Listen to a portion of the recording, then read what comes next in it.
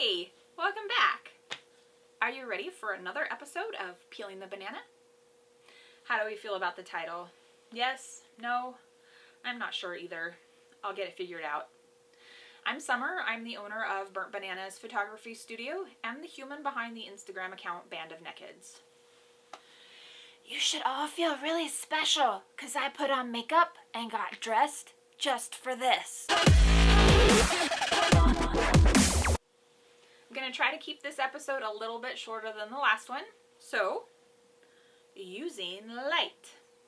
Hey, who turned out the lights? First things first, a little bit of housekeeping. My number one tip for indoor photography is just to tidy up. Less clutter makes for more visually pleasing images. Your backgrounds will look cleaner, your images will look better. Don't be afraid to move your furniture around and open up your space a little bit. The position of your light is as important to the final image as the quality and color of your light. When you start digging deeper into the world of lighting, you're going to find that there are all sorts of light setups. Some of them have very scandalous names. My favorite is Rembrandt Light. But for simplicity, I'm going to be mostly talking today about split light or side light.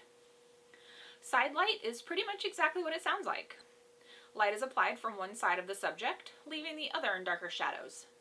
This will give your portrait some depth, and if you're using direct light, it's going to make them more mysterious, or maybe even a little bit spooky. These images of Iggy are a good representation of what changing light can do for you. All three images were taken in my living room with the same settings. These settings are a shutter speed of 1/160th of a second, an aperture of 4, and ISO 1000. I'm using my 24 to 70mm kit lens with a f4 as its maximum, and they were all taken at 24mm. If you keep watch of the catch light, that's the little highlight in his eyeball, you can tell where the light source is, and you can probably get a pretty good guess of which light I'm using just by looking at the shape of the highlight. The first image is just using my window light. You can see that even in full daylight, it's still a pretty dark image. The second image is a 100-watt equivalent LED light bulb and a table lamp with the lampshade removed. I am holding the lamp and I am pointing it directly at the side of his face. The third image is the same lamp, but my handy-dandy homemade cone collar diffuser has been added. Again, I'm holding the lamp and pointing it directly at the side of his face. A bonus with using a small lamp is that the light stays pretty focused and it helps the background fall away. If, however, you want your background to be part of your image, you are going to want to use a bigger and brighter light source. With a bigger, brighter light source, you can control how much of the background is illuminated. If you position the light closer to the camera and the front of your subject, you're going to maintain a darker background. Or move the light further from the camera and closer to the back side of your subject to get some of the light to fall off and hit the background.